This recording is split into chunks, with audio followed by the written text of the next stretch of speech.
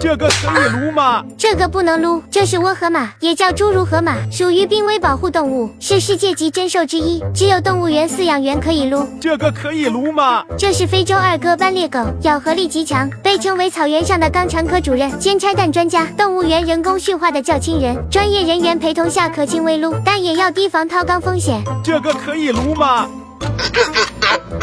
这是海狮，人送外号邪恶的 QQ 肠，无法上吊之物。它性格温顺搞怪，对人没有攻击性，可以在饲养员的陪同下撸。这个可以撸吗？这是叫镜子的狗，这狗狠起来连自己都咬，千万不要撸。这个可以撸吗？可以撸，这是上海野生动物园的袋鼠刚子，正在躺平营业中，牵完左手牵右手，主打一个不主动不拒绝也不负责。这个可以撸吗？撸什么撸？这可是十分罕见的三足金蝉，看到的宝子们千万别送花，否则2026年指定顺风顺水，财源滚滚。这个可以撸吗？这是散蜥，一见到人就会追着不放，虽然它看上去十分凶猛，但其实它只是在吓唬你而已，对人没有任何危害，而且它生性胆小，逃跑速度非常快，你想撸它也撸不着。这个可以撸吗？这是已经被撸的生无可恋的小脑斧，早已放弃抵抗，内心默念下班，我要下班。这个可以撸吗？这是饲养的家猪，性格非常温顺，可以撸，不过这只也太听话了，谁能给我艾特一个不听话的过来吗？